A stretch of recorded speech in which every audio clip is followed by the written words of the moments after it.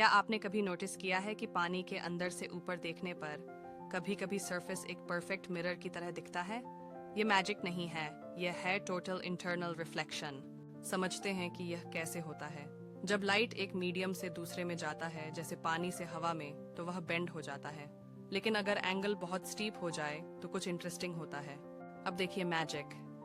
जैसे जैसे हम एंगल बढ़ाते जाते हैं, रिफ्रैक्टेड रे ज्यादा बेंड होता जाता है और फिर एक क्रिटिकल एंगल आता है जहां रिफ्रैक्टेड रे बिल्कुल पैरेलल हो जाता है सरफेस के।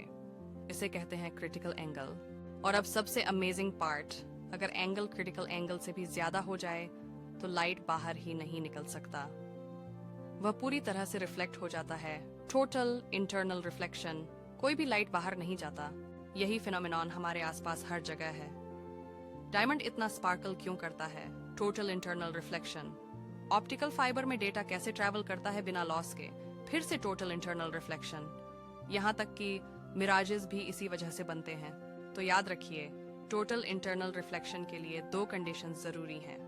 पहला, लाइट को डेंसर मीडियम से रेयरर मीडियम में जाना चाहिए। दूसरा, इंसिडेंट एंगल क्रिटिकल एंगल से ज्यादा होना चाहिए। अगली बार जब आप स्विमिंग पूल में हों या डायमंड की रिंग देखें तो याद करिएगा, वह ब्यूटी और फंक्शनैलिटी टोटल इंटरनल रिफ्लेक्शन का मैजिक है।